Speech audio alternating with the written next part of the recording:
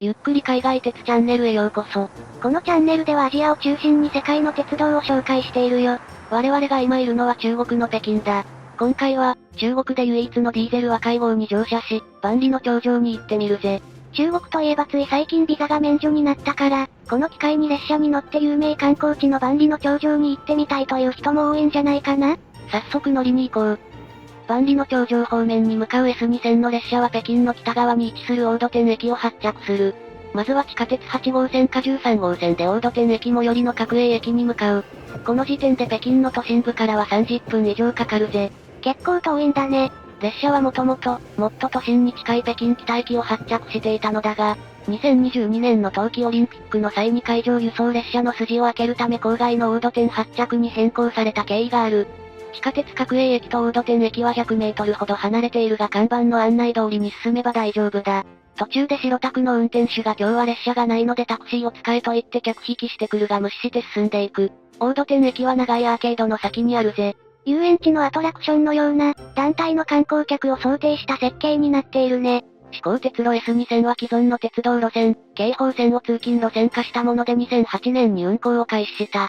中国鉄路が運行しており、駅の設備などは中国鉄路式だが、乗車方法は地下鉄と同じで、座席指定はなく IC カードやクレジットカードのタッチ決済で改札を通れるという、面白い特徴を持つ路線だぜ。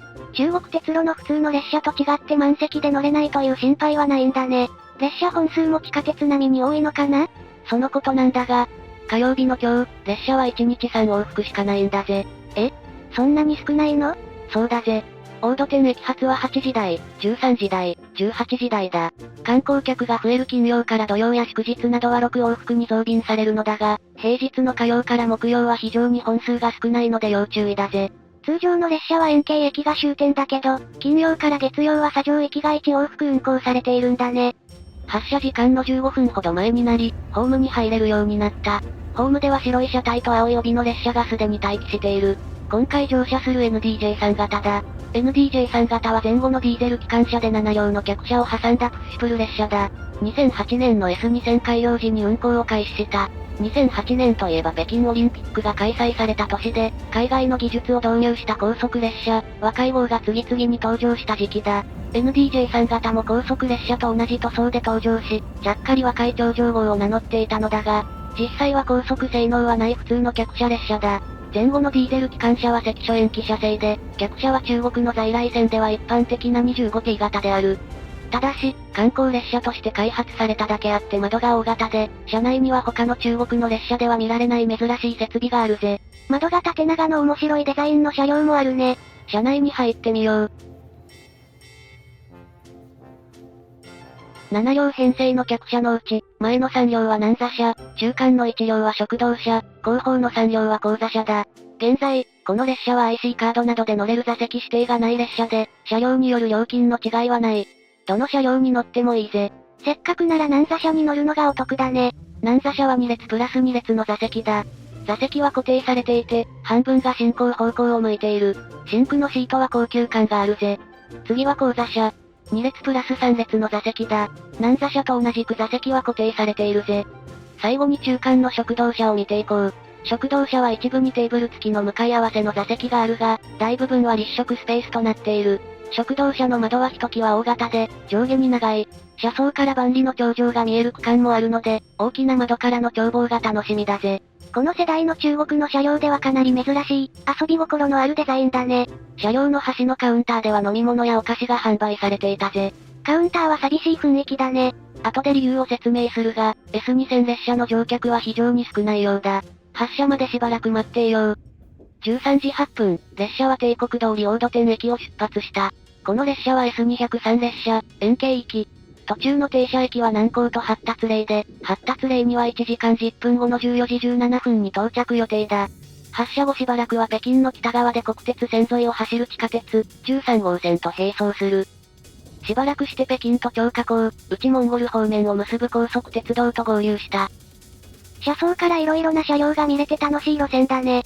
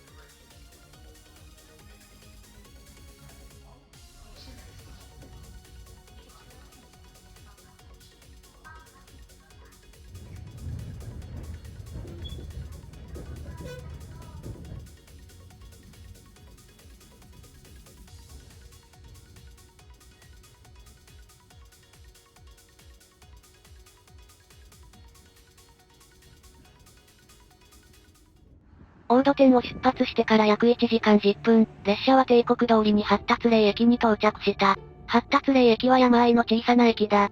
万里の長城の入り口まではやや距離があり、400メートルほど歩かないといけないぜ。有名観光地に向かう路線なのに、列車は意外なほど空いていたね。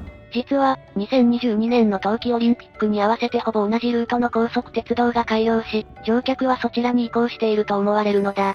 帰りは新しい高速鉄道に乗車してみよう。鋼鉄発達霊頂上駅はトンネルの中に設置されたいわゆるモグラ駅だ。待合室や改札口は地上、ホームは地下62メートルにあり、改札口からホームまではエスカレーターを乗り継ぎ10分ぐらいかかるぜ。世界的に見ても珍しい、高速鉄道のトンネル駅だね。北京と張家口を結ぶ京張鋼鉄は冬季五輪の会場アクセス手段として2019年に開業した。張家口より先は内モンゴル自治区のフフホトや宝東まで高速線が伸びていて、S2 線の終点、延慶に向かう支線もある。鋼鉄を使えば、北京市内から発達霊まで30分程度で移動できる。鋼鉄の発達霊頂上駅はより万里の長城に近い便利な立地で、北京側の発着駅は大土店より都心に近い青果駅や北京北駅。京張高速鉄道は S2 線とほぼ同じルートを走行し、発達霊側、北京側ともに発着駅はより便利な位置にある。さらに本数も1時間に1本程度あるため、S2 線のほぼ完全な上位互換と言えるぜ。万里の長城へのアクセスはかなり便利になったね。今回の動画はここまで。北京市内と万里の長城を結ぶ S2 線は珍しい観光用車両で長城の風景を楽しめる路線だが、ほぼ同じルートの鋼鉄が開業し、車両もやや古くなってきているため、そう遠くない未来に引退するかもしれない。興味がある人は早めに乗った方が良いぜ。ご意見ご感想お待ちしております。高評価とチャンネル登録もよろしくね。それでは、ご視聴ありがとうございました。